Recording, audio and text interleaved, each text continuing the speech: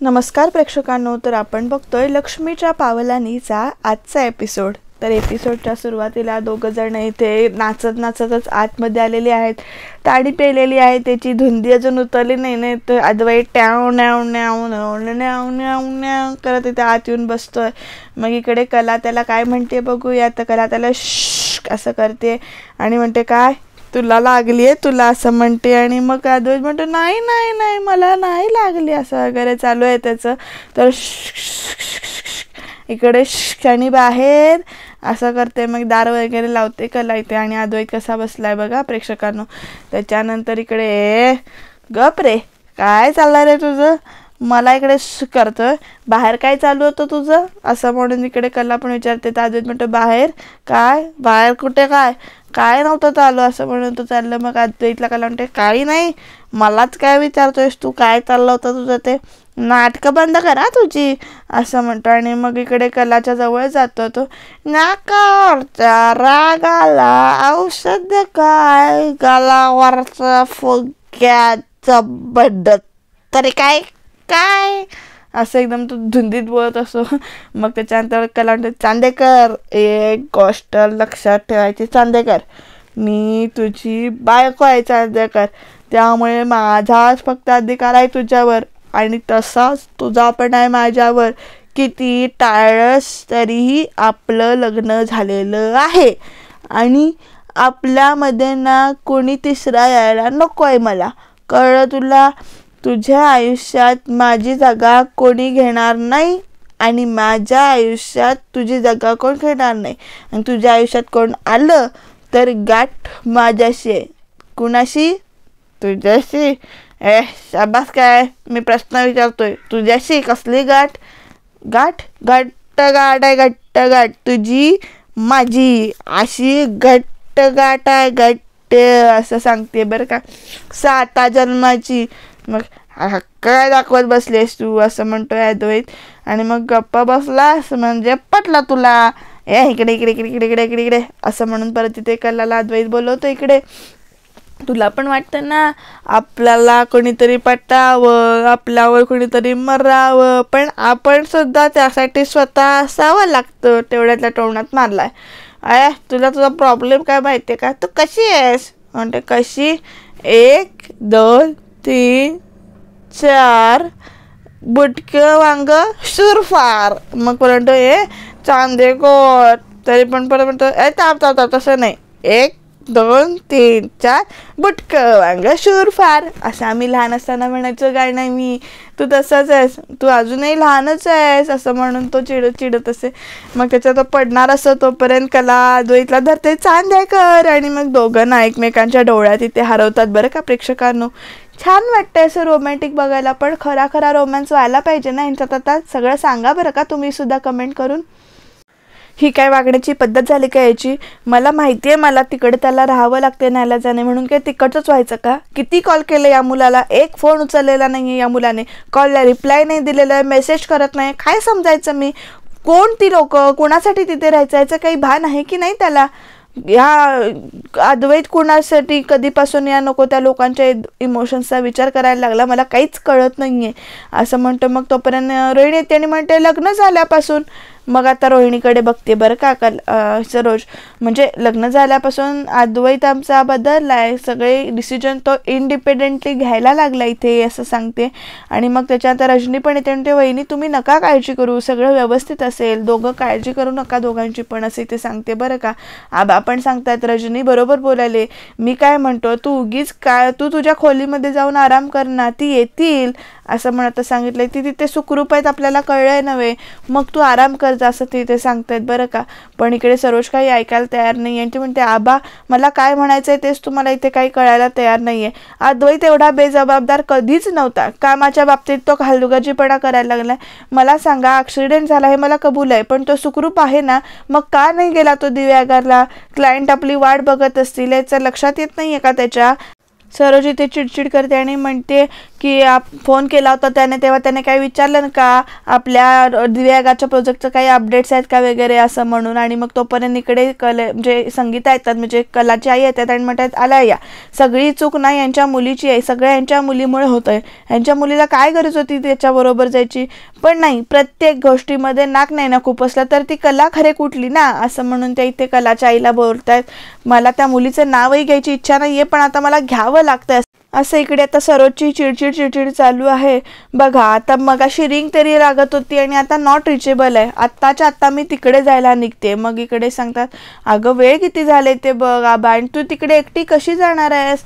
मग हो वहिनी तुम्ही एकट्या नका ना जाऊ ना एवढ्या उशिरा, प्लीज आता मला कुणीही थांबवायचा प्रयत्न करू नका. तर माझा मुलगा तिथे नेमकं काय करतोय हे मला कळलंच पाहिजे बरं का, असं ती म्हणते. आता या क्षणाला मला अद्वैतशिवाय काहीही दिसत नाहीये असं आहे. आता इकडे आता सरोज म्हणते मी जाणारच असं आता तिनं सांगितलंय बरं का. आणि मग तोपर्यंत म्हणते काकी थांब मी येतो तुझ्याबरोबर. मग सावकाश रे असं म्हणून इकडे आता आबांनी सांगितलंय. आता सगळे एकमेकांच्या तोंडाकडे बघतात बरं का, रजनी आबा आणि रोहिणी तिकडे हसतीये. तर इकडे अद्वैत कला अजूनही दोघं एकमेकांच्या डोळ्यात हरवलेत आणि मग दोघं एकमेकांकडे बघून हसतात. आणि मग कलाला अद्वैत म्हणतो अडकलंयस ना, कोण आहे मी.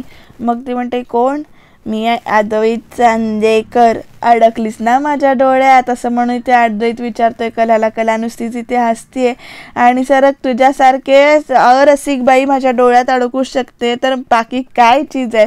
आणि मग कला म्हणते ए तू अरसिक कोणाला म्हणालास, मी अरसिक, अरे माझ्या बायकांच्या रसिक काय असं म्हणते ती विचारते. चांदेकर आहे बघ, कला नाव आहे माझं, कला म्हणजे रसिकाचं मूर्तिमंत प्रतीक, मूर्तिमंत रूप आहे कला म्हणजे, आणि त्यात मी तुझी बायको, त्यामुळे आता तू अडकलास असं म्हणते, तुला पर्याय नाही असं कला म्हणते अद्वैतला. आणि मग त्याच्यानंतर जवळ घेते चांदेकर काय, तर त्याची कॉलर धरते आणि म्हणते चांदेकर हे बघ इकडं बघ असं सांगते ती पुढे. आणि हे बघ मी परत एकदा सांगते तुला, मी तुझी बायको आहे आणि दुसऱ्या कुठल्याही मुलीकडे तू विचार सुद्धा करायचा नाहीस, बघायचं सुद्धा नाहीस, नो बायका ओनली बायको असं ती म्हणते. आणि ते कोण बायको, तर अरे म्हणते मी बायको तुझी, मी तुझी बायको सौ कला अद्वैत चांदेकर असं म्हणून आता कलाने नाव सांगितलं बरं का, तुझी एकमेव कायमची बायको. आता तूच नाहीस, मी नाही. मग तो म्हणतो म्हणजे तू नाही मी नाही म्हणजे तू काय बोलतेस. मग म्हणतो तू नाहीस मी म्हणजे तू आणि मी आता आपण वेगळे नाही आहे, तू आणि मी आता आपण म्हणजे तू अधिक मी आता आपण झालो असं म्हटलं. तिकडचे लाईट जातात बरं का, मग लाईट गेली, खरं आहे असं का लाईट म्हणतो. आणि म्हणतो अद्वैत म्हणतो काय खरं आहे मी नाही सोडणार तुला, तो सोड म्हणत असतो. आणि तो कला म्हणते नाही फक्त माझा अधिकार आहे सांगितलं ना, तो म्हणतो कुणाचाही अधिकार नाही आहे माझ्यावर, स्वतंत्र आहे मी असं म्हणतात. आणि एकदम पडतात बरं का बेडवर तिथे.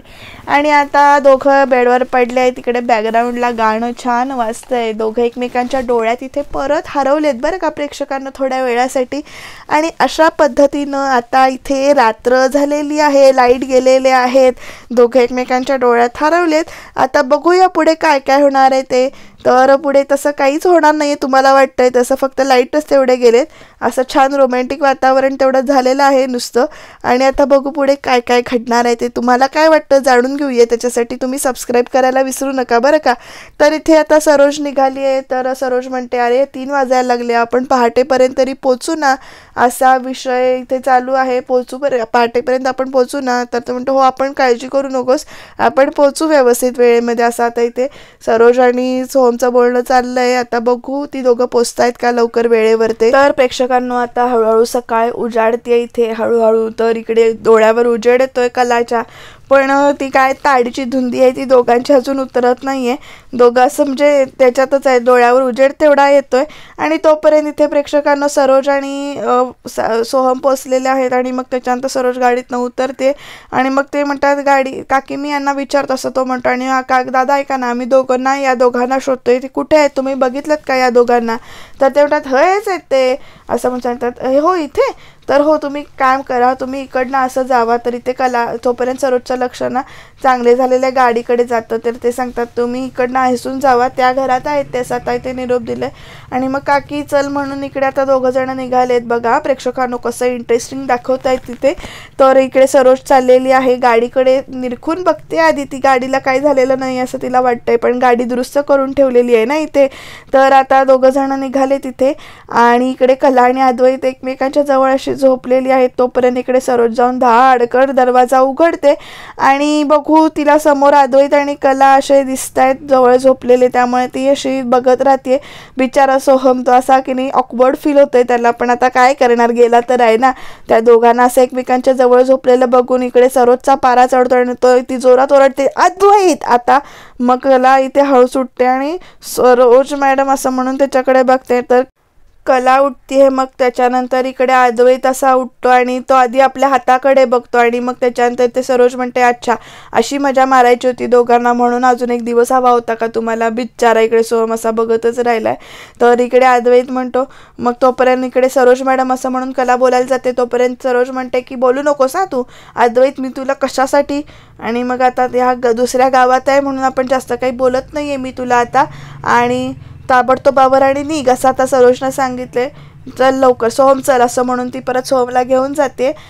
सरोज तर चिडून बाहेर निघून गेली आहे. मग अद्वैत इथे जोरात दार लावून घेतो. तर कला अद्वैतला काहीतरी बोलायला जाते. तोपर्यंत अद्वैत इकडे शॅ शॅ असं चालू असतो. आई कशी आली असं म्हणून तो इथे विचारतो. ते सुद्धा आत्ता शॅ डोक्याला असा हात देतो. आली ते आली आणि तिनं असं म्हणून तो तिनं आपल्याला हे असं बघितलं असं म्हणून इकडे तो कलाकडे बोलतो किती एम्बॅरेसिंग आहे हे असं म्हणतो. मग त्याच्यानंतर चांदेकर तू गप्पा बस, हे सगळं ना तुझ्यामुळे झालं. म्हणजे माझ्यामुळे मी काय केलं आता मला माहिती होणार होतं का सरोज मॅडम इथे येणार आहे. मग तोपर्यंत तू गप्पा बस ग, आता तू माझं डोकं खाऊ नकोस, आवरायला घे ग लवकर, कपडे कुठे आहेत माझे, तर तिकडे आहेत म्हणून दाखवते. आणि मग ही दोघं छान असं परत म्हणजे आपल्या मूळ वेशात आलेली आहेत, कपडे वगैरे बदललेले आहेत. आणि मग दादा हे घ्या तुमची गाडीची चावी, तुमची गाडी रिपेअर झाली असं म्हणून तो सांगतो. आणि मग इकडे गाडीजवळ येतोय अद्वैत. कला पण येते हळूहळू पाठीमागून. तर सरोज सांगते की आवरा लवकर आणि या असं म्हणून आता सरोजने इथं परत सांगितलंय आणि सरोज पुढे निघून जाते. तर अद्वैत आणि कला तिथेच उभे आहेत. तर गावकरी म्हणतात की दादांनो तुम्ही आमच्या गावात थांबलात, इलास तर बरा वाटला, असं कधी परत इलात तर थांबा आमच्या गावात यावं असं म्हणून सांगतायत, नमस्कार करतायत. दादांनो काही चुकलं माकलं असेल तर समजून घ्यावा. तर ते म्हणते नाही होत आई, तुम्ही सगळ्यांनी आम्हाला आपुलकीनं आमचं स्वागत केलं, आमच्याशी बोललात, आमचा पाहुणचार केलात, तर आमचा दिवस खूप छान गेला, खरंच खूप थँक्यू, मी तुम्हा सगळ्यांना कधीच विसरणार नाही असं म्हणते. आणि मग इकडे जाऊन सगळं त्या नमस्कार करते त्यांना. कला अद्वैतला घेऊन जाते बरोबर, दोघं जोडीने इथे नमस्कार करतात. मग ती जी कालची मुलगी आहे ना ती हळूच त्या अद्वैतला इथे बाय म्हणते. तर तो पण इथे बाय म्हणतो तिला आणि गाडीत जाऊन बसतो. आणि ही दोघं गाडीत बसल्यानंतर ती जी मुलगी आहे ती हळूच एका व्यक्तीकडे बघते आणि ती व्यक्ती इथे झाडाच्या पाठीमागे लपून बसली आणि ती हिच्याकडे बघून असते. हे नवीनच काहीतरी दाखवणार आहेत, नवीन ट्विस्ट येणार असं वाटतंय, बघत राहूया. त्याच्यासाठी तुम्ही चॅनलला इथे सबस्क्राईब करून ठेवा बरं का. आणि सस्पेन्स इथे दाखवलेला आहे असा, कारण ती अशी इतकी सस्पेन्सनं गूढ हसतीये बघून तिच्या त्या व्यक्तीकडे, नेमकं काहीतरी गोड बंगाल होणार आहे. आणि अशा रीतीनं कला आणि अद्वैत दोघं जण घरी जायला बाहेर पडलेत. राहुल तू कुठे बाहेर निघालायस असं विचारत नाही ते. आणि मग राहुल म्हणतो युजुअली जबाबदार माणसांना सकाळी या वेळेला ऑफिसला जातात, मी सुद्धा तिथेच चाललोय, तुला काय वाटलं काही. तर नैना म्हणते मला वाटलं की तू व्हिडिओ गेम्स खेळणार आहेस असं म्हणून तिथे म्हणते. आणि म्हणते सॉरी ना डार्लिंग, मी मजा करत होते ना, चिडू नकोस ना तू असं म्हणते. मग राहुल म्हणतो मला नाही आवडत अशी फालतू मजा. आणि मग सॉरी असं म्हणून नैना परत म्हणते. आणि नैना म्हणते की ह्याच्याबरोबर मी ऑफिसला जाऊ का, म्हणजे ऑफिसमध्ये एवढे पैसे भरलेले असतात किंवा एखादा दागिने असतात, पैशांच्या उलाढाली असतात, तर मी एखादा बंडल उचललं किंवा एखादा दागिना उचलला तर कुणाला काय समजणार आहे, मी जातेच, या सौरभच्या तोंडावरना मारायला बरं पडतील मला पैसे असं तिथे विचार करते. तर इकडे ती लगेच म्हणते हा माणूस काही मी सरळ काही बोलले तर घेऊन जाणार नाही, आयडिया, त्यापेक्षा असं करते असं म्हणते. आणि म्हणते राहुल ऐक ना बेबी, आपल्या बेबीच्या चेकअपसाठी ना मला डॉक्टरकडे जायचं आहे. तो म्हणतो आत्ता. तर ती म्हणते की हो तू नाही आलास तरी चालेल, मी एकटी जाईन, माझी जाईन मी, फक्त ना मला तिथपर्यंत ड्रॉप करशील, म्हणजे तुझ्या वाटेतच आहे ना, सो तुला कन्व्हिनियंट असेल. बरं, पण तू लगेच निघणार असेल तरच ना. ठीक आहे, तयारच आहे मी, फक्त माझी पर्स घेते आणि येते, तू पुढे हो असं म्हणून ते नैना सांगते. आणि मग त्याच्यानंतर राहुल पुढे निघून जातोय. बघूया नैनाचा हा प्लॅन तरी इथे वर्क होतोय का. तर नैना इथे पर्स घेते आणि मग म्हणते की असं करते की पुढे जाते आणि अपॉइंटमेंट कॅन्सल झाली असं सांगते. जवळ गेल्यावर म्हणजे ऑफिसमध्ये जाता येईल मला, त्याच्याबरोबर ऑफिसमध्ये जाता येईल असा हा नैनाचा प्लॅन आहे बरं का. नैनाचा प्लॅन वर्कआउट होतोय का ते बघत राहणं खरंच इंटरेस्टिंग ठरणार आहे बरं का प्रेक्षकांनो. तर इकडे चांदेकर असं म्हणून कला अद्वैतला हाक मारतीये. तर काय आहे म्हणून अद्वैत ओरडतोय आणि मग कला म्हणते अरे सरोज मॅडम अशा अचानक कशा काय आल्या. तर अद्वैत काहीच बोलत नाही. ते मला कसं काय माहिती असणार असं म्हणते. मी पण तिथेच होतो ना. मग आता तरीसुद्धा इकडे आपण कुठे आहोत हे कसं कळलं नेमकं त्यांना. तर कलाला अद्वैत तिथे म्हणतो अगं आईने फोनवर लोकेशन मागून घेतलं होतं, त्याचा अर्थ कळत नाही का तुला. तू काय सारखं बोलतेस, गप्प बसा जरा, इरिटेट करू नकोस असं म्हणून इथे सांगतोय अद्वैत, म्हणजे ओरडतोय अक्षरशः कलाला. तर कला गप्प बसते. आता कलाने सांगितले म्हणजे गप्प, मग ठीक आहे पण तू चिडतोयस कशाला असं इथे परत ती विचारते. पण अद्वैत इथे काहीच बोलत नाही. अद्वैतच्या मनामध्ये काय चाललंय बरं, काल रात्री आमच्यात नक्की काय झालंय.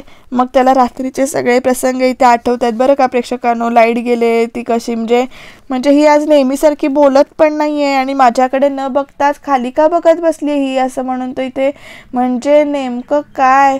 मग तो परत सगळं आठवतोय म्हणजे नेमकं काहीतरी नक्की झालं असं इथे त्याला वाटतंय.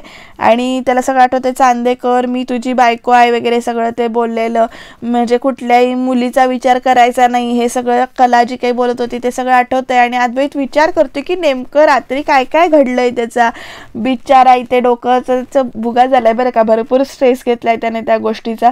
आणि इकडे काल रात्री लाईट बंद झाले, मग रूममध्ये काळोख झाला, मग तोपर्यंत ते अद्वैतला कला इथे हाक मारते मी तिच्या या बाजूला, तोपर्यंत असं सगळं बोलत असं. तोपर्यंत नंतर आईनं शी असं म्हणतो काहीच नाही आठवत नाही मला, काही आठवत नाही असं इथे अद्वैत म्हणतोय.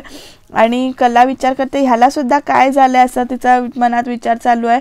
आणि म्हणजे बहुतेक रात्रीबद्दल हा विचार करत हा वेड्यासारखा का वागतोय हा, म्हणजे कालची ताडी अजून उतरली नाही आहे का ह्याची असं कलाच्या मनात येतंय. आताही माझ्याकडे रोखून बघते म्हणजे नेमकं मग तुझं नेमकं काय चाललंय, तुला भूक लागली आहे का असं इकडे कला विचारते.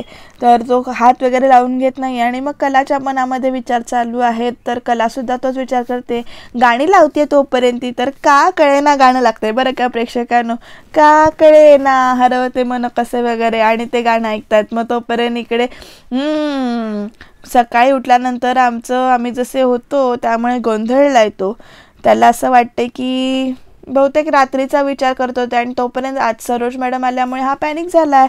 एवढा मी अद्वैत चांदेकर करत असतो, पण परफेक्शनिस्ट म्हणतो, सगळं म्हणतो, पण किती टेन्शन घेतोय हा वेडा मुलगा असं इथे अद्वैतला कला इथे असते. पण मी पण कला चांदेकरच आहे, मी संधी सोडणार आहे आता ऐकते याची मजा असं म्हणते ती. आणि मग इकडे गाणं लागलेलं आहे तर आता दोघं मिळून ते गाणं परत बदलतात बरं का. आणि कुठलं गाणं लागतंय माहिती आहे का, ढगाला लागली कळ गाणं लागतंय.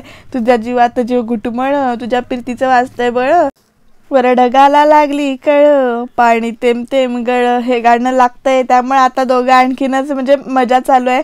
आणि मग त्याच्यानंतर माझ्या मेमरीला किती जोर दिला तरी मला काही आठवत नाही असं इथे अद्वैत म्हणतोय. चला आता तोपर्यंत घर आलेलं आहे आणि घरात जायच्या आधी मला तुझ्याशी काहीतरी बोलायचं आहे असं इथे कला अद्वैतला म्हणते. आणि मग तू बोल ना, तुला काय बोलायचं आहे, ही काही रेडी झाली आहे का, म्हणजे हसते असं म्हणून चाललंय याचं मनामध्ये विचार.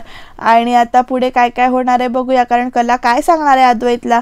तर ती म्हणते की मला बोलायचं आहे, अजूनही टेन्शनमध्ये आहे तो, मला तुझ्याशी बोलायचं आहे, तर बोल लवकर काय असेल ते, इरिटेट करू नको असं इकडे अद्वैत म्हणतोय.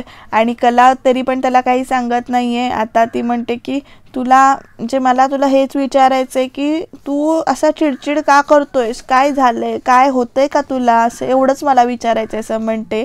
आणि तुला एवढंच विचारायचं आहे, असं काय चाललंय, अरे तू सांग ना लवकर असं म्हणून ते कलाला अद्वैत विचारते. तरी अद्वैत काही म्हणजे कला काही सांगत नाही आहे की तुला काय होतं आहे, एवढंच विचारते ती प्रत्येक वेळेला.